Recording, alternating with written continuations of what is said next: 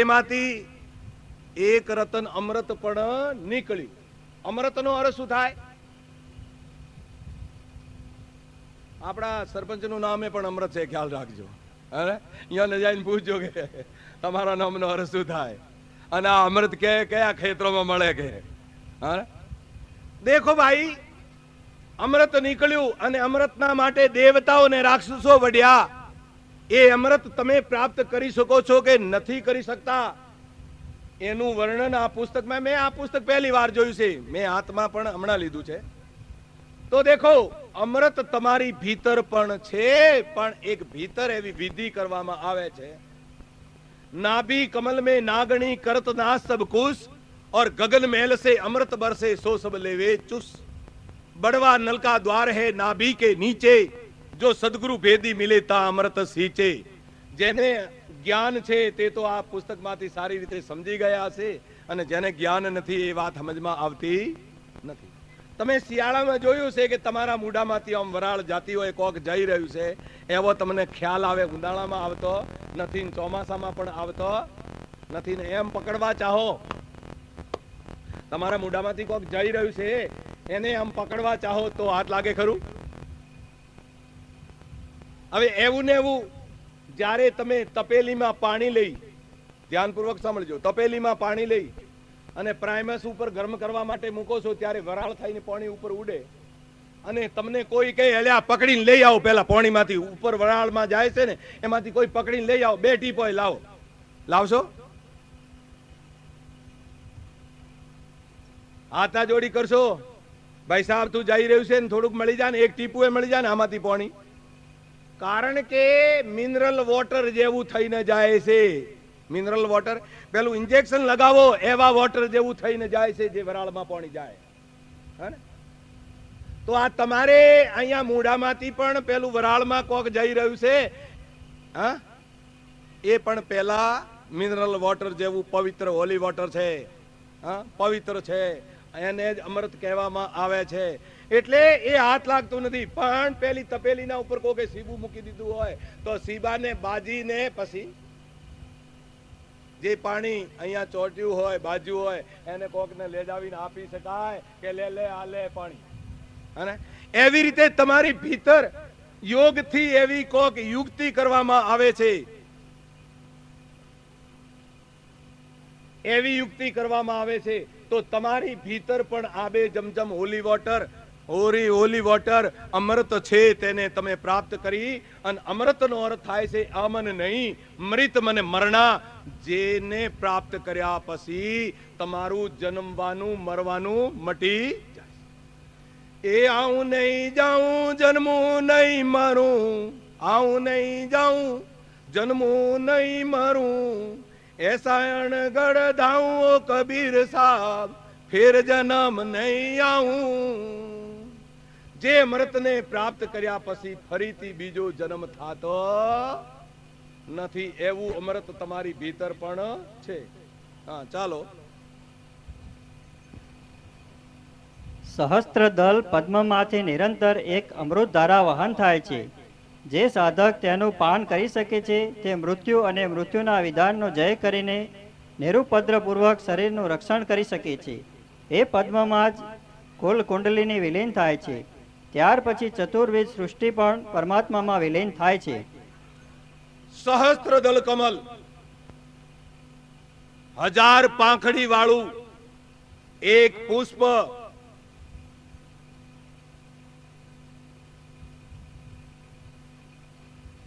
गगन मंडल में रमी रहा तेरा संगी है सोय, और बार भर में हानि है अंदर दीपक जोय.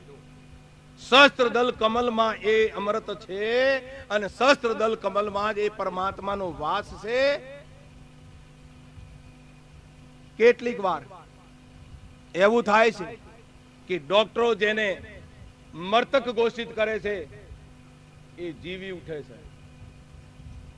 કેમ? એ જીવી એટલા માટે ઉઠે કે ભયના ખાતર પોતાના પ્રાણ અહીંયા જઈને રોકાઈ જાય, અને રોકાઈ ગયા પછી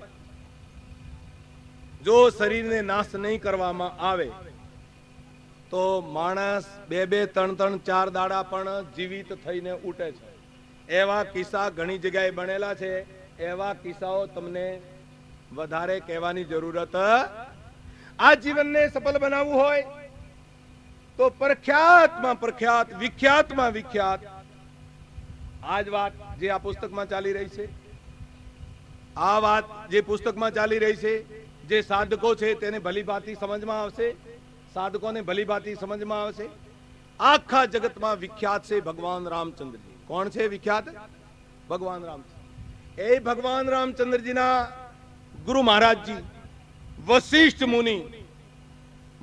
મુનિ એ રામને પણ આ વાત સમજાવેલી છે કે તું એવું કર અને એનાથી તને જુદી જુદી સિદ્ધિઓ, પરમગતિ, નિર્વાણ પદ, મોક્ષ પદ, કેવલ્ય પદ પ્રાપ્ત થશે.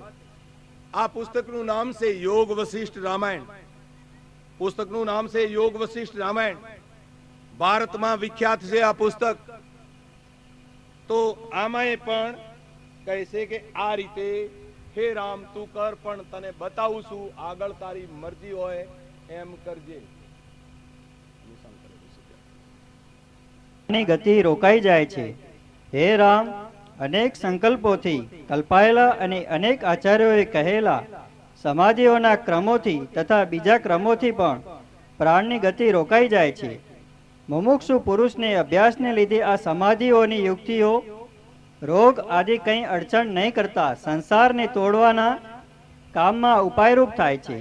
અભ્યાસને લીધે દ્રઢ થયેલો અને વૈરાગ્ય રૂપી ચિહ્નોવાળો આ પ્રાણાયામ મોક્ષની ઈચ્છાવાળાઓને મોક્ષની પ્રાપ્તિમાં અને સિદ્ધિઓની ઈચ્છાઓવાળાઓને સિદ્ધિઓની પ્રાપ્તિમાં ઉપાયરૂપ થવાથી સફળ થાય છે. જેમ પર્વતના પાણીનો જરો દૂર જઈને લીન થાય છે, તેમ પ્રાણ અભ્યાસને લીધે ભ્રુકુટીઓના મધ્યમાં, નાસિકામાં, તાળવામાં અને બ્રહ્મરંધ્રમાં જઈને શાંત થાય છે. લાંબા કાળ સુધી વારંવાર કરેલા અભ્યાસને લીધે જીભની અણી તાળવામાં કાકડાને દબાવી રાખે છે અને તેથી પ્રાણ સારી પેઠે બ્રહ્મરંધ્રમાં રહે છે. આ સમાધિઓ સારી રીતના અભ્યાસથી જુદી જુદી સિદ્ધિઓ રૂપ જુદા જુદા ફળો આપે છે. પણ નિષ્કામ પુરુષને તો તરત પરમ શાંતિરૂપ એક જ ફળ આપે છે કે જે ફળ સઘળી સિદ્ધિઓથી ઉત્તમ છે. પુરુષ બીજા કોઈ પ્રકારથી નહીં પણ અભ્યાસથી જ આત્મારામ શોક વિનાનો અને અંદર ભરપૂર સુખવાળો થાય છે. માટે અભ્યાસ રાખો. અભ્યાસને લીધે પ્રાણોની ગતિ બંધ પડતા મન શાંત થઈ જાય છે અને મુક્તિ જ અવશેષ રહે છે. દેખો, રામે પણ પહેલી વાત જે પુસ્તકમાં સમજાવી એ જ વાત પુસ્તકમાં સમજાવી છે. એવું કેટલાકને સમજમાં આવ્યું છે, કેટલાકને સમજમાં નહીં પણ આવ્યો હોય. તો કહેવાનો મતલબ, कहवानो तात्पर्य नाभि कमल में नागणी करत ना सब कुछ, गगन महल से अमृत बरसे सो सब लेवे चूस, बड़वा नल का द्वार है नाभि के नीचे, जो सदगुरु भेदी मिले तो ता अमृत सींचे. તમારી ભીતર નાભીમાં જ એક 3.5 આંટા મારીને એક આંતળી પડેલી છે, તો શરીરમાંથી ભીતરથી ઉત્પન્ન થતા અમૃતને તે પી જાય છે અને મનુષ્ય વારે વારે જન્મ અને મૃત્યુને પ્રાપ્ત થાય છે. અને અહીંયા કેટલી સંકલ્પો, કેટલી ઈચ્છાઓ બાકી રહી જાય છે. ઈચ્છાઓ ક્યારે પૂર્ણ થતી નથી અને પરમ શાંતિ પણ મળતી નથી. તો જેની જેની જે જે ઈચ્છા હોય તો ભીતર કઈક એવી સાધના કરવાથી તે ઈચ્છા ફલીભૂત થાય છે. અને નિષ્કામ એટલે કે જેને કશું જોતું નથી એવા પુરુષને એક જ પરમ શાંતિ રૂપી સુખ મળે છે, જે સૌથી શ્રેષ્ઠ અને મોટું છે. એટલે કહેવાનો મતલબ, તમારે પણ કોક જોતું હોય તો મન મથુરા, દિલ દ્વારિકા, કાયા કાશી જાણ, ઓ 10वे द्वारे का देहरा, तामे जोत पहचान. आ नानक देव जी गुरु ग्रंथ साहिब. आ मन ज मथुरा से, दिल ज द्वारिका से, काया ज काशी से. તમારે એમાં કોક ઓળખવું હોય તો આમાં જ ભીતર જઈને ઓળખી, એમાં ભીતર ઓળખી, એમાં ભીતર જાણી લો. તો કહેવાનો મતલબ, જુદા જુદા જે પુસ્તકો છે એમાં જુદા જુદા પુસ્તકોમાં આટલું વર્ણન છે. કયું વર્ણન? ફરી સાંભળી લો. પરમાત્માના એક નામનું જે નામ લખવામાં આવ્યું वो नाम तो नाम से न्यारा लिखने में नहीं आया, होठ कंठ જીભિયા ને જેલે બીના અક્ષર ગુણ ગાયા. તે નામ નામથી નોખું છે, લખવામાં આવ્યું નથી. અને 52 અક્ષર જે છે એનાથી 12 છે. 52 અક્ષર 16 સ્વર અને 36 વ્યંજન એનાથી 12 છે. પરમાત્માનું જે રૂપ છે, જે રૂપના દુનિયા દર્શન કરે છે, એ રૂપ દુનિયાએ બનાવેલું છે. પણ એક એવું રૂપ છે જે કલ્પનાતીત રૂપ છે. કલ્પનાતીત એટલે કલ્પનાઓમાં કોઈ એ રૂપને લાવી શકતું નથી. એ રૂપનો કોઈ ફોટો પાડી શકતું નથી. એ રૂપનો કોઈ મૂવીમાં કેદ કરી શકતું નથી. એવું રૂપ તમારી અંદર પણ છે પરમાત્માનું. તેના તમે દર્શન કરી શકો છો, પણ શિવ નેત્ર દ્વારા, ત્રીજા નેત્ર દ્વારા, દિવ્ય ચક્ષુ દ્વારા. ગીતાજીના 11મા અધ્યાયના 8મા શ્લોકમાં લખ્યું છે, હે અર્જુન, મારા દર્શન આ આંખોથી થતા નથી, માટે હું તને દિવ્ય ચક્ષુ આપું છું. તેના દ્વારા મારા સ્વરૂપના દર્શન કર. વળી ભગવાને કહ્યું છે, મારા સ્વરૂપના દર્શન વેદોથી, તપથી, યજ્ઞથી, દાનથી કે હવનથી થતા નથી, પણ અનન્ય ભક્તિથી થાય છે. એટલે કહેવાનો મતલબ એક નામ અને એક રૂપ, બે વસ્તુ થઈ. ત્રીજી વસ્તુ છે જે અમૃતની તમે ચર્ચા સાંભળી રહ્યા હતા, એ અમૃત તમારી ભીતર પણ છે. એ અમૃતનું પાન તમે પણ કરી શકો છો. અને ચોથી વાત છે એક આકાશવાણી. આકાશવાણી એટલે ગેબી અવાજ. આકાશવાણી, ગેબી અવાજ એટલે આ રેડિયો સ્ટેશનની આકાશવાણી નહીં, એક આકાશવાણી તમારી ભીતર પણ થઈ રહી છે. બાજત અનહદ બાંસુરી, ત્રિવેણી કે તીર, રાગ 3600 હોઈ રહી, ગરજત ગગન ગંભીર. આ ચાર વાતોનું મહત્વ બધા જ ધર્મશાસ્ત્રોમાં, ચાહે તે કુરાન શરીફ હોય, ચાહે તે બાઇબલ હોય, અને ચાહે તે ગીતાજી હોય, ચાહે તે રામાયણ હોય, કોઈની અંદર 2 વાત, કોઈની અંદર 3 વાત, કોઈની અંદર 1 વાત, કોઈની અંદર 2 વાત, એવી રીતે વર્ણવામાં આવી છે. અને ચારે વાતોમાંથી એક વાત પણ કલ્યાણ કરનારી છે. એટલે આપણા જીવનનું કલ્યાણ કરવું હોય તો જાતે જે ન કરી શકે તે અવર્તી ના થાય. આપ મુઆ બિના સ્વર્ગે કદી ના. પોતે મર્યા વગર ક્યારે સ્વર્ગે જવાતું નથી. એવી રીતે પોતે લાડવો ખાધા વગર બીજો ખાય ને મારું મોઢું ગળ્યું થઈ જાય એવું થાય ખરું? હા, તો ભજન, ભોજન, સ્નાન, ધ્યાન, મંજન, આ 3 અક્ષર વાળું બધાને જાતે કરવું પડે છે. ભોજન પણ જાતે કરવું પડશે, ભજન પણ જાતે કરવું પડશે, સ્નાન પણ જાતે કરવું પડશે, અને ખુદને જ કરવું પડશે. બીજું સ્નાન કરી લે અને તમારું શરીર સાફ થઈ જાય એવું ક્યારે થઈ શકતું નથી. તો ભજન કરો, સુમરણ કરો, અભ્યાસ કરો અને આગળ વધો. તો આ 4 વસ્તુ મહત્વપૂર્ણ બતાવવામાં આવી. હું વધારે બોલીને આ બીજા પુસ્તકો પણ મૂક્યા હતા, એમાંથી વધારે ચર્ચા કરવાનો હતો. બ્રહ્માનંદજીનું કબીર બીજકમાંથી વગેરે કેટલાય પુસ્તકોમાંથી ચર્ચા કરવાનો હતો.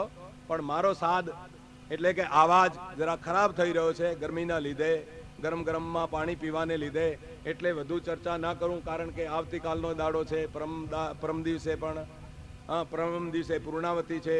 તો કહેવાનો મતલબ, કહેવાનો તાત્પર્ય, આ જીવનને સમજો. અને જીવનને ક્યારે સમજશો? પોતાને એક સવાલ પૂછો, હું આ પૃથ્વી ઉપર શા માટે છું? પછી આ સવાલ પૂછ્યા પછી હું શું કરવા માટે છું? આ સવાલ વારે પૂછતા રહેશો. બસ લોકો તો તમને એમ કહે છે ખાલી હાથે આવ્યા અને ખાલી હાથે જવાનું. ખાલી હાથે તમે નથી આયા. તમારી પાસે પરમાત્માએ એવી મૂડી આપેલી છે કે જે મૂડીને તમે ખોઈ નાખો છો. એટલે ખાલી હાથે જાઓ છો.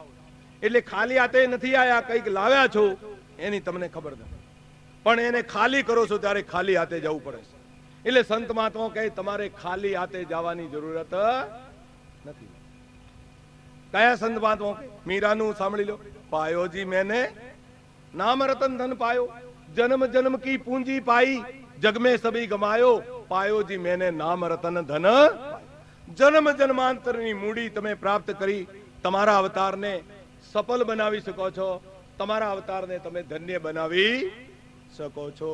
એટલે કહેવાનો મતલબ સંત મહાત્મા કહે શ્વાસ શ્વાસ में नाम ले वीरता श्वास मत खोए न जाने आ श्वास का आवन होए न हो આ શ્વાસ નીચે ઉતર્યો પાછો ઉપર ચડશે કે નહીં અને ઉપર ચડે એ પાછો નીચે ઉતરશે કે નહીં એને કોઈ ભરોસો નહીં માટે કાલ કરે સો આજ કર और आज करे सो अब ओ पल में परले होएगी बहुरी करोगे પલ વારમાં પરલે થઈ શકે છે પછી શું કરશો ક્યારે કરશો એટલે જે સારું કાર્ય છે એ પહેલા કરી લો અને ભૂંડા કાર્યની સૂઝતી હોય તો એ પછી કરજો ભૂંડા કાર્યને કાલ પર છોડવું જોઈએ સારું કાર્ય છે પરમાત્માનું ભજન કરવાનું એ ભજન કરવાનું આજે જ કાર્ય કરી લો અને તમારા જીવનને સફળ બનાવી દો હરિઓમ તત્સત પ્રેમ સે